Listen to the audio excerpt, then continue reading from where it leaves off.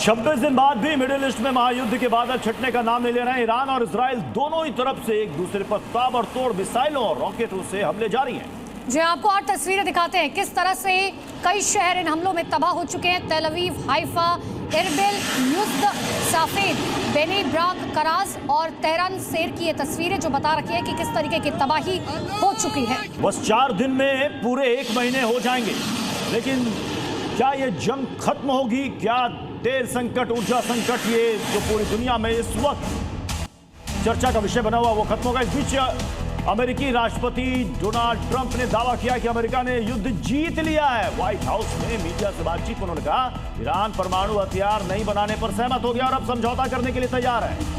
इतना ही नहीं, Donald Trump ने आगे कहा कि लगातार हमलों के बाद ईरान पूरी तरीके से कमजोर हो चुका है, उसके पास डील करने के अलावा कोई विकल्प नहीं बचा। दोनों देशों के बीच बातचीत जारी है, इसमें अमेरिका के टॉप अधिकारी शामिल हैं। ट्रंप ने आगे कहा ईरान अब बातचीत में समझदारी दिखा रहा है और जल्द समझौता हो सकता है। तो अमेरिकी राष्ट्रपति के इस दावे पर कई सारे सवाल है। हमारे साथ 2 मेहमान हैं, डिफेंस एक्सपर्ट हैं, vice air marshal OP Tiwari sir हमारे साथ हैं और कर्नल अनुराग शुक्ला हमारे साथ हैं। ओपी तिवारी सर, मतलब अगर ये कह रहे हैं कि हमने जंग जीत ली, ईरान मान गया, तो फिर ये जो मिसाइलें गिर रही हैं किस लिए गिर रही हैं? प्रत्युष देखो, जीत की परिभाषा सबके लिए अलग अलग है।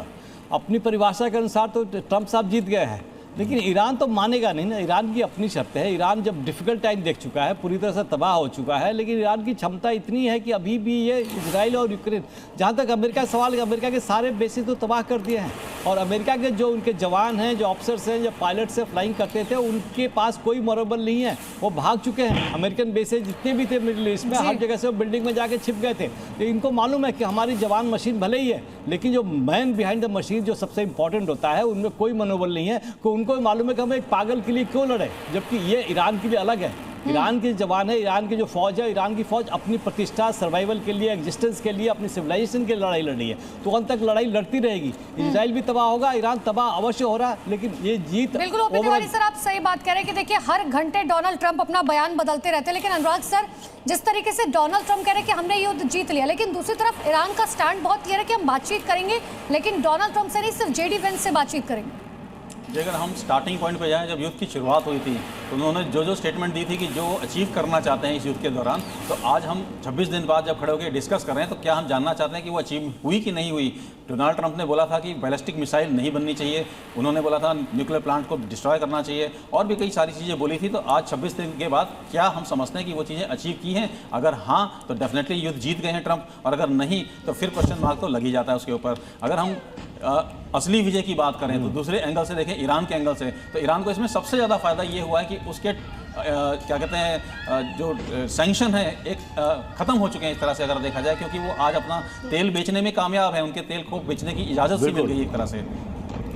और इस बीच एक बड़ी खबर आ रही है, अमेरिकी डील पर ईरान का जवाब आया है, सिर्फ जेडी वेंस से ही बातचीत होगी। ईरान ने कहा विटकॉफ या किसी दूसरे से बात नहीं होगी, क्योंकि इंटरनेशनल मीडिया के हवाले से खबर आई थी कि इसमें विटकॉफ और कुशनर ये दोनों हैं जो कि बातचीत को आगे बढ़ाएंगे। इसमें तुर्की भी शामिल होगा और इसमें पाकिस्तान भी है जो कि मध्यस्थता कर रहा है, लेकिन ईरान ने कहा है ये सब फेक है। ट्रंप जो दावा कर रहा है कि हम जीत गए, ईरान कह रहा है कि दरअसल में ट्रंप को अब समझ में आ गया है कि वो बुरी तरीके से फंस चुके हैं। तो मतलब इसे क्या कहा जाएगा OP Tiwari sir? Trump surrender mode में है। सर मैं आपसे जवाब लूंगा, लेकिन उससे पहले दर्शकों को बता दें कि जो 15 सूत्रीय एजेंडा जो ट्रंप दावा कर रहे हैं, ईरान ने जो जवाब दिया है, ईरान ने अमेरिका की बातें मानने के लिए 6 शर्तें रख दी हैं। ईरान ने कहा कि उस पर आगे कोई हमला नहीं होना चाहिए, पहली और बड़ी शर्त। खाड़ी में सभी अमेरिकी सैन्य ठिकाने बंद होने चाहिए। हिजबुल्लाह पर इजराइल हमले अपने तुरंत बंद कर दे।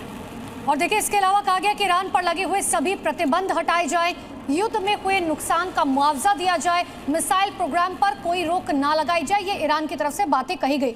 तिवारी सर, देखिए ये ईरान की जो कंडीशंस हैं उसके देश के हित में है, अपने हित में है और करेगा भी। बिकॉज अभी जो है ट्रंप की जैसी हालत हो गई है, जहाँ तक उनकी आंतरिक स्थिति, देश के अंदर उनकी पॉलिटिकल स्टेटस क्या हो गया है, इस सब में तबाह हो चुका है। अब जिस तरीके से परेशानी हुई, मैं एक उदाहरण देना चाहूँगा, जो उनके एयरक्राफ्ट कैरियर्स थे पहला अब्राहम आया था, पहले दिन इनके 80 जहाज एयरबोर्न होकर ईरान पर अटैक किया था, लेकिन अभी कुछ डैमेज अवश्य है, ताकि वो जहाज 1000 किलोमीटर चला गया है और वहाँ से एक एयरक्राफ्ट एयरबोर्न ले रहे हैं। दूसरा जो एयरक्राफ्ट कैरियर आया था उसमें अंदर आग लगी थी। कहा तो ये जाता है कि वहाँ के जो सेलर्स थे इतने परेशान थे कि खुद ही उन्होंने आग लगाई या बुझाई ताकि अनऑपरेशनल हो जाए। तो इनकी मनोबल, इनकी इच्छा तिवारी सर, लेकिन जैसा कि अनुराग सर कह रहे थे कि अमेरिका रिजीम चेंज की बात पहले दिन से कर रहा था 28 तारीख से, क्या रिजीम चेंज हुआ? क्योंकि होता हुआ तो नजर नहीं आ रहा और अब अमेरिका कह रहे हैं कि हम जीत गए। तो अमेरिका तो कुछ कहना ही है, उनको तो स्टेटमेंट बनाने हैं ट्रम्प साहब को कि हम हारे नहीं है। कल तो ब्लेम कर रहे थे कि मैं अपने एक एडवाइजर के जो साइंटिफिक डिफेंस एडवाइजर थे उनके कहने पर लड़ाई में गया, तो वो तो अपना सोच रहा है कि हम कैसे पीछे हटें, क्या पीछे हटें। और ये इसमें मैं श्योर हूँ कि दबाव वहाँ की जनता का बहुत ज़्यादा है, जनता के तभी ये पीछे हटने की कोशिश कर रहे हैं। बिकॉज अगर फौज आगे बढ़ा रहे हो, लड़ने के लिए तैयारी नहीं है, तो आप जीतोगे कहाँ? वो तो अपने आप को कवर करने के लिए, कंसोल करने का तरीका है कि हमने नेवी डिस्ट्रॉय कर दी। लेकिन जिस तरीके से इन्होंने श्रीलंका के पास आके एक जहाज को मारा था जो बिल्कुल अनआर्म्ड होता है। इंटरनेशनल वाटर में जब एक्साइज के लिए जहाजे जाते हैं, किससे मिलने आते हैं, तो ये कंडीशन है कि उनके पास कोई आर्म्स नहीं होगा। तो अनआर्म्ड को शिप जो आके अपनी कमजोरी सबसे बड़ा जाहिर की। अनुराग सर, मतलब अगर ट्रम्प कह रहे हैं कि हम जंग जीत गए, तो जिस बात के लिए जंग हो रही है तो अभी भी वो मामला फंसा हुआ है। हॉर्मुज स्ट्रेट पर अभी भी ईरान की इजाजत होगी, ईरान का ग्रीन फ्लैग होगा तभी वहां से शिप गुजरेंगी। ये कहाँ हो पाया? देखो, युद्ध में जीतता कोई भी है, लेकिन नुकसान बहुत ज़्यादा सबका ही होता है। जैसे जैसे युद्ध खिंचता जा रहा है, ईरान का जो हो रहा है वो तो सब कुछ नज़र आ रहा है, लेकिन बहुत सारी ऐसी चीज़ें जो हमें नज़र नहीं आ रही, जैसा कि यूएसए के भी बहुत ज़्यादा नुकसान हुआ है, उनकी जान और माल का नुकसान हुआ है जो उन्होंने नहीं बताया है, उनकी युद्धपोत का नुकसान हुआ है, उनके एयरक्राफ्ट का नुकसान हुआ है जो कि नहीं बताया जा रहा है, लेकिन धीरे धीरे उन मीडिया में आता जा रहा है, दुनिया को पता चलता जा रहा है। और इसी तरह उनके डोमेस्टिक ऑडियंस जो हैं उनको भी ये सारी चीज़ें नज़र आती जा रही हैं, क्योंकि बहुत सारे बॉडी बैग्स पहुँचे होंगे जो हमें नहीं बताए गए, लेकिन वहाँ पे जो पहुँचे होंगे तो प्रेशर तो चल ही गया है। आजकल सोशल मीडिया का ज़माना है, हर चीज़ें सामने आ जाती, छुपाई नहीं जाती। पहले ज़माने में होता था कि पॉलिटिकल लेवल पे सप्रेस कर दिया जाता था। और अनुराग सर, अभी जो सर्वे किया गया था यूएस पे, उसमें बकायदा ये भी कहा गया, लोगों से पूछा गया कि आप चाहते हैं कि युद्ध अभी तुरंत खत्म हो जाना चाहिए, क्योंकि फेवर में अमेरिका के नहीं है। ज्यादातर लोगों ने कहा कि अभी तुरंत खत्म हो जाना चाहिए। बिल्कुल बिल्कुल, ये तो होना ही है, डोमेस्टिक प्रेशर है उनके ऊपर, और डोमेस्टिक प्रेशर की ही वजह से ये युद्ध में गए थे, वरना कोई रीज़न नहीं था इतनी दूर 500, 5000, 10,000 किलोमीटर जाके आप किसी से युद्ध लड़ रहे हो जिसमें आपका देश किसी तरह से इन्वॉल्व नहीं है, तो उसका कोई लॉजिक नहीं था। अपने ऑडियंस को क्या समझाएंगे, वो तो वही आज फंस गए हैं बिल्कुल, जैसा आप सर ने बताया। चलिए, अभी देखना पड़ेगा कि आगे अभी क्या होने वाला है और क्या हो सकता है। बहुत बहुत शुक्रिया आपका हमारे साथ जुड़ने के लिए। मध्यपूर्व में तनाव एक बार फिर से बढ़ गया। आईडीएफ ने ईरान के इस्फहान में बड़े पैमाने पर हवाई हमले किए। सूत्रों के मुताबिक ये हमले ईरान के केंद्रीय विस्फोटक उत्पादन स्थल को निशाना बनाकर किए गए। इसके साथ ही बैलिस्टिक मिसाइल ठिकानों, हथियार निर्माण इकाइयों और एयर डिफेंस सिस्टम पर भी सटीक प्रहार किए गए। कार्रवाई का मकसद खासतौर पर गंद्र जैसी लंबी दूरी की मिसाइलों के उत्पादन, भंडारण और लॉन्च क्षमताओं को कमजोर करना था।